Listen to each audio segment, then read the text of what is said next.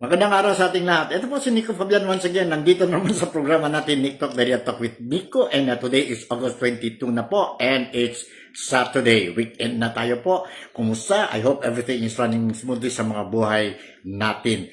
Diyan po sa Pilipinas. And of course, sa iba-ibang parte ng mundo, ang mga overseas Filipino workers, Filipino migrants po. And incluido na po ang mga Filipinos dito sa Malaysia, particularly dito sa Sabah. And very specific, dito based tayo sa Kota Kinabalu, Sabah, Malaysia. And narinig natin, may problema pa rin ang mga kababayan, kapatid at kaibigan natin. They are still facing some difficulties. Ang problema ng flash flood dyan po sa affected areas dyan po sa Manila, sa Bulacan, especially sa Bulacan po, no? Nahirapan talaga ang mga tao, ang mga biktima ng typhoon or flash flood dyan po sa Pilipinas. I hope and pray that whatever difficulties that they are facing now po will soon be a thing of the past. Kawawa naman po ang mga biktima. No? And I suppose ang gobyerno natin still there, more than willing and very aggressive and prompt in giving whatever assistance needed by the flood victims dyan po sa Pilipinas. And today, Saturday, August 22, what I want to share is a little bit on the tungkol what will happen sa next week. That will be on Monday po. No? Ano kaya po what will happen sa Monday? Ang issue ng impeachment file ni Inday Sara Duterte. No? Inday Sara Duterte. This week, I was monitoring, I was checking ang mga news dyan po sa Pilipinas, dito po sa Malaysia, sa iba-ibang parte ng mundo po regarding ang impeachment trial ni Inday Sara Duterte. And this is what I found out. Now, I don't know if you will agree with me, but this is what I found out. And kayo po, do you think may basehan or may basis itong findings natin or findings ko po, no? Tungkol sa impeachment trial of Inday Sara Duterte. Narinig din natin po, and I also read some news articles galing sa Pilipinas tungkol sa impeachment trial na parehas din po. Karamihan ng mga Filipinos, both at home, when I say at home, both dyan po sa Pilipinas, and mga Filipinos sa labas ng Pilipinas po, or mga overseas Filipino workers, Filipino migrants po, no, sa iba-ibang parte ng mundo, incluido na ang sabihin natin ang Malaysia, ang Sabah po, na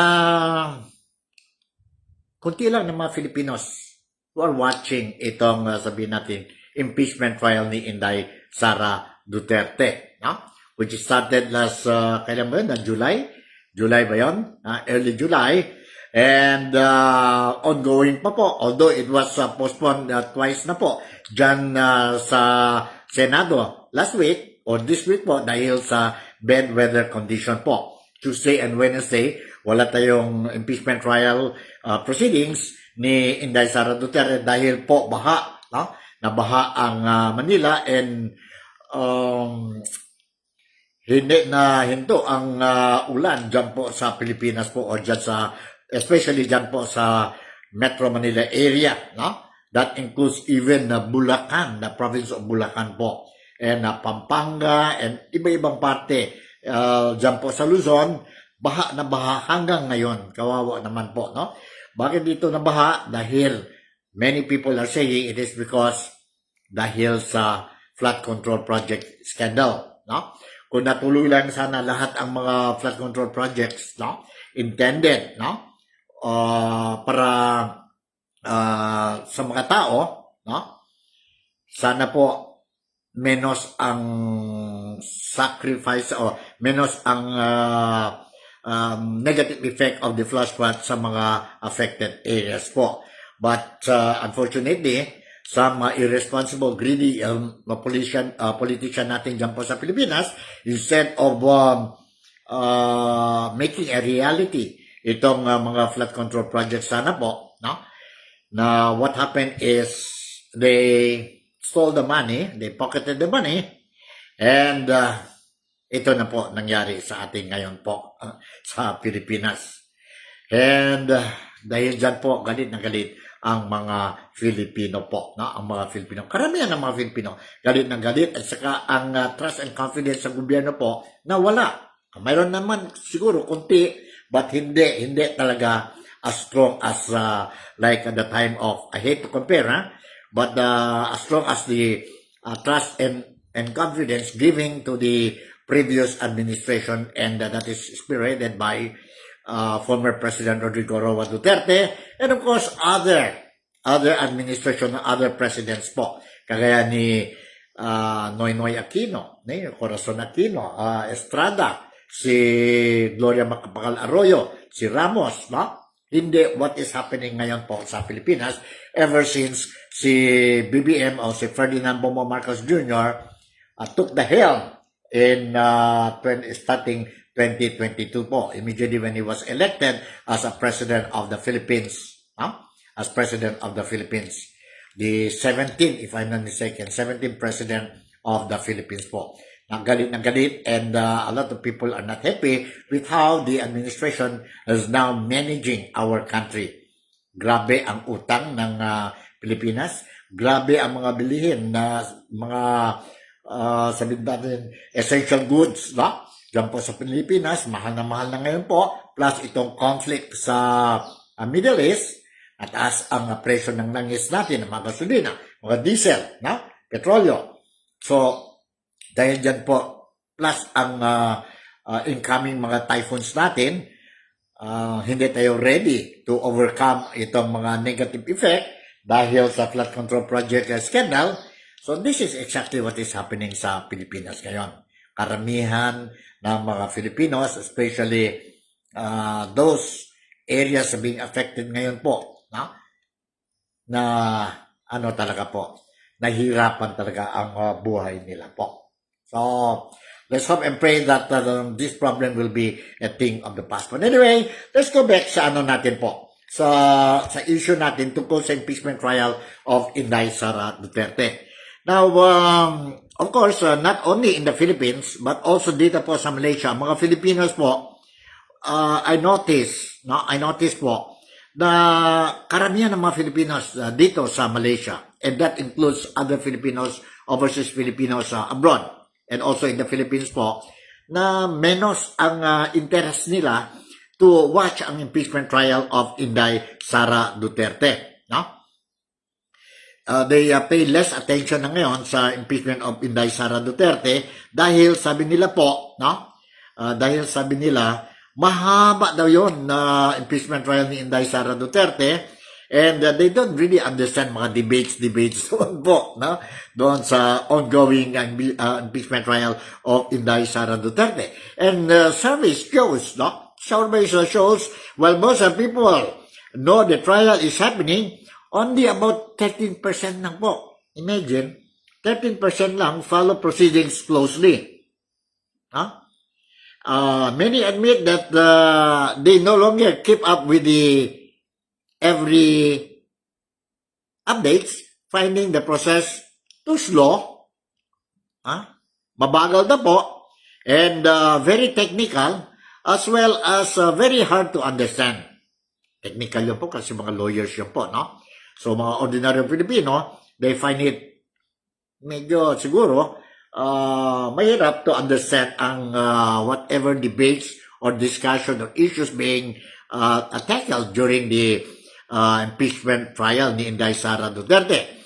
For most families, high prices of food, karamihan ng mga Filipinos po, mga pamilya dyan po sa Pilipinas, for them po, ang presyo ng taas ng presyo ng mga pagkain natin, ang transportation, and ang basic need, dyan po talaga ang priority nila. Hindi talaga ang sabihin natin ang impeachment trial ni Inday Sara Duterte. Kagaya dito po sa Sabah, karamihan ng mga Filipinos, they say, or we say, we want truth and accountability. But when you work hard just to put rice on the table, long court arguments feel removed from our daily lives. mas importante pa ngayon po ang isip ang mga Filipinos po tungkol paano lagyan ng pagkain sa mesa po, no? Instead of spending or wasting time, sabi nila wasting time daw po, magnood ang sabi natin impeachment trial ni Inday Sara Duterte. Totoo naman yun po, no? Because of what is happening, na karamihan ng mga Filipinos po, they are not keen or interested na po to watch. They just want to see. Sana matapos na ito, malalaman natin kung sino may kasalanan. Convicted ba or acquitted si Inday Sara Duterte.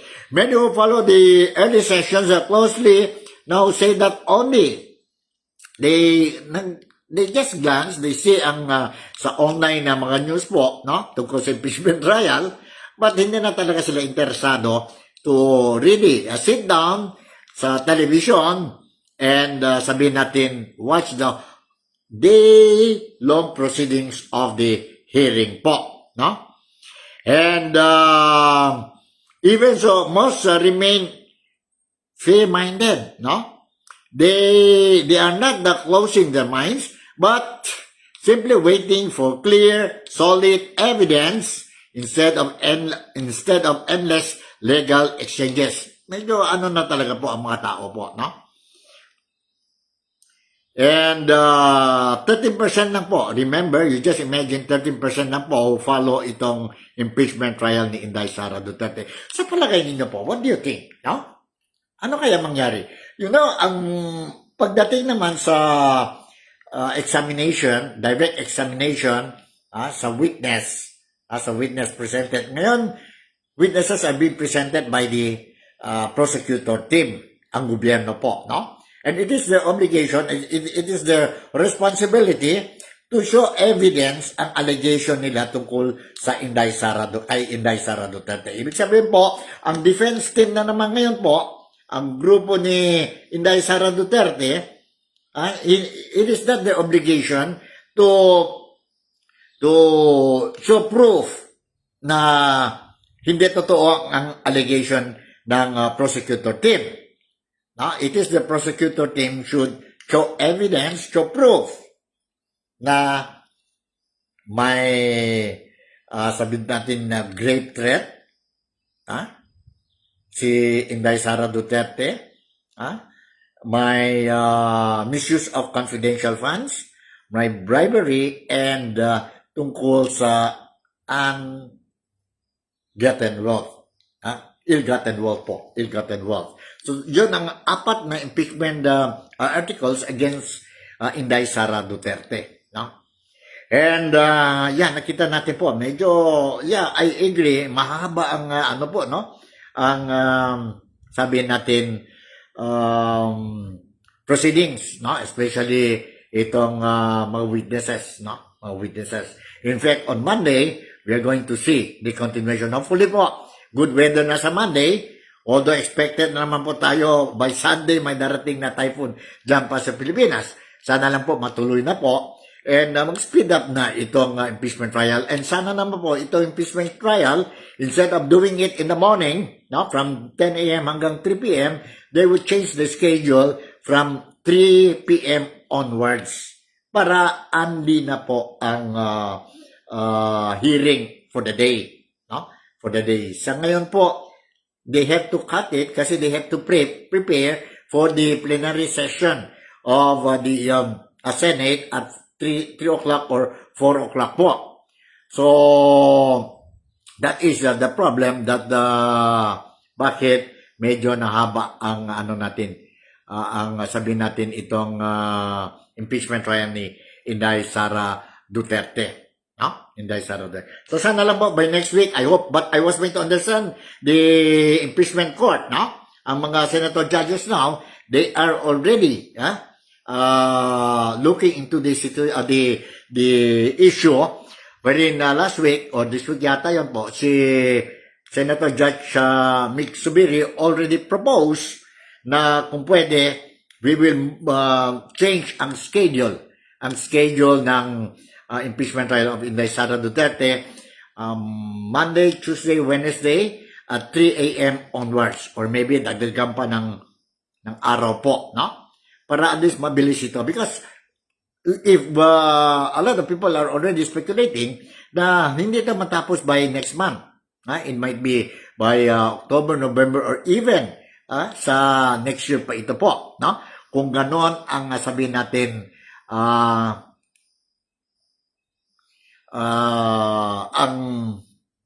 the way they are doing itong sabihin natin impeachment proceedings ni Inday Sara Duterte. Alright. So, sana lang po by next week. Okay, mayroon din mga haka-haka ngayon po na mga istorya that si Senator Chis Escudero, who is also the presiding officer sa impeachment trial of Inday Sara Duterte, may mga allegations, stories, that rumors that Chis Escudero is trying to convince the minority bloc senators to support and convict si Inday Sara Duterte. However, si Senator Judge Chis Escudero, who is the presiding officer sa korte po, he denied this kind of rumors po. He says walang basis yun po, hindi yun totoo po. No?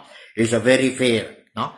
If you look at him also po, how he carries his duty as a presiding officer sa korte po, sa impeachment court po, ako din po, I look at the situation po, medyo okay naman the way how he is carrying out his duties and responsibility as a presiding officer of the court, impeachment court po.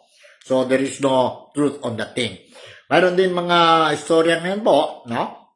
Questioning even some lawmakers on the other side of itong prosecutors team. They are saying na dahil kagaya ni Senator Loren de Carla, no?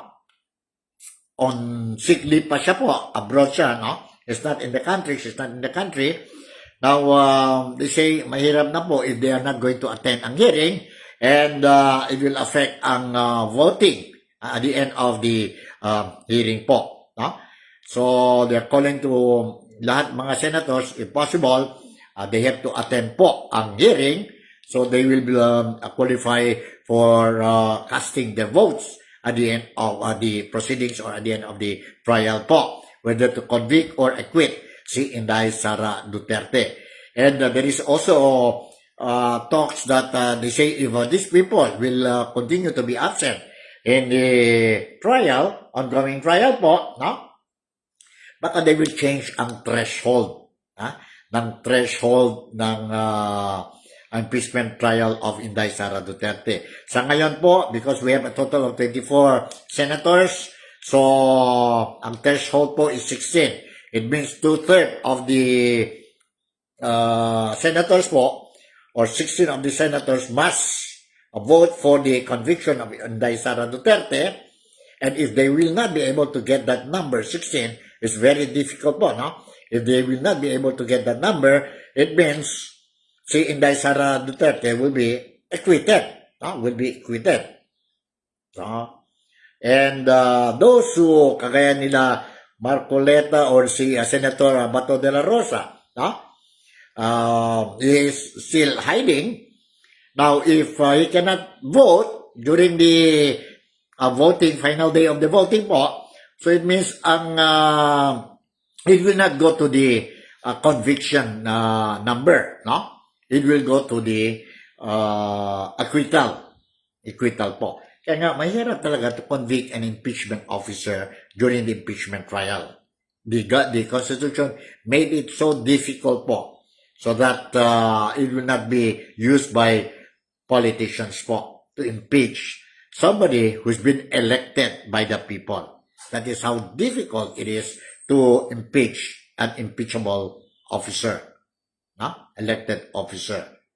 So yon ang sitwasyon natin tungkol dyan po sa impeachment trial ni Inday Sara Duterte. I hope they will be able to solve this problem, and sana po they will speed up itong sabihin natin trial, because whether you like it or not, if it will reach until next year.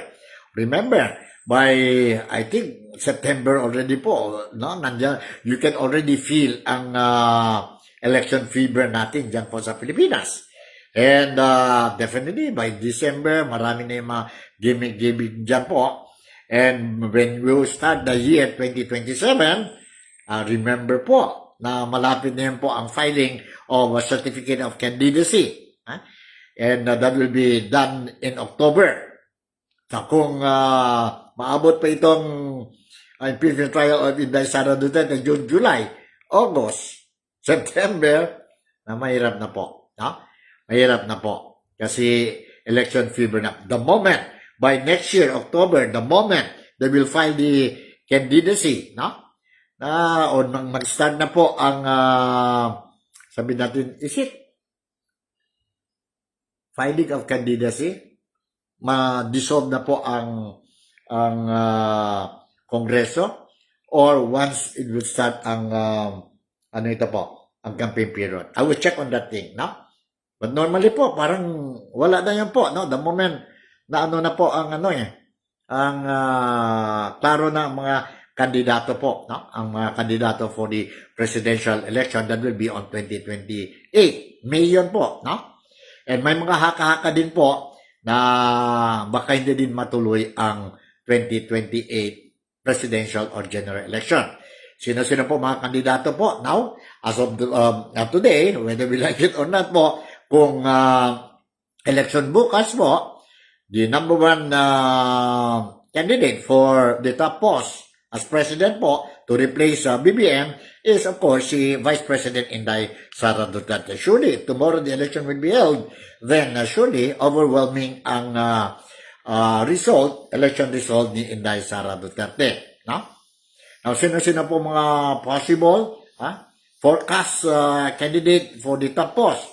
Meron tayo si former Vice President Leni Robredo, although she keep on saying na she don't have any plans. Then mayroon tayo si Senator Raffy Tulfo, who also said that he has no plans, no? But if you look at the situation of Raffy Tulfo, if he will run as president, there is no guarantee pa, no? But if he will maintain to be a re-electionist sa Senado po, I think he will win, no? He might be, sabihin natin na not the number one senator, but definitely po, he will be in sa Magic 12. That is how I look at him ngayon po. Maybe some of you will disagree, but that's how I look at it, no? He will still be in some Magic 12, be it number 5, 6, 7, 8, 9, or even 11, or even 12. Pasok lang siya po sa Magic 12. Mga Vice President po, mayroon din na mga Vice President mga pangalan, si Ruben Padilla, Senator Ruben Padilla, of which Senator Ruben Padilla just recently he said he don't have plans to run again sa 2028 dahil he's not happy with the yung federalism advocacy ni Senator Padilla. Sabi niya po, kung ganon, di mabuti pa, he will not waste his time, another 6 years po, mag-upo as senador, and he will not be able to achieve his advocacy, yung federalismo or federalism. So sabi niya po, mabuti pa, I will spend more time to my family, to my children, to my wife. Sabi niya, mabuti. But you look at him po, he's the number one senator po during the time when he ran as senator po. No? Ang chances of him also to return back sa Senado po as a re-electionist is very high po. He will also be included dyan po sa Magic 12. And that goes also kay Senator Bongo, so forth and so on po, no? So, let's see what will happen. I think Alan Peter Cayetano is also graduating and vying for to be a re-electionist. Sino Pia Cayetano, si Mark Villar, no? So, sila Tito Soto, no? Sila Tito Soto. And many more. Sila Joel Villanueva, I think, also, no? Joel Villanueva. Marami yan sila po, no? For the 2028 vying for the senatorial post. Right? So yan ang issue that I want to share with you po, and let's see what will happen. In the meantime, siguro hanggang dito na lang muna ang programa natin for today, Saturday. I wish and hope each and every one of you, both dito sa Malaysia, sa iba-iba parte ng mundo, and of course sa mga kababayan, kaibigan at kapatid natin dyan po sa bayan natin. I hope that you will enjoy this weekend and make the most of it. Find time to be with your family, and don't forget our mga obligation, religious obligations natin po, no? During the weekend. And let's hope and pray that ang weather condition natin po sa Pilipinas will be okay already, and yung mga sufferings ng mga flood victims po will soon be a thing of the past. In the meantime, pahaba lang natin po ang pasensya natin. So with this, si Nico Fabian once again would like to say thank you very much for making me a part of your day today. Salamat. Don't play. I'll see you in my next episode. Bye.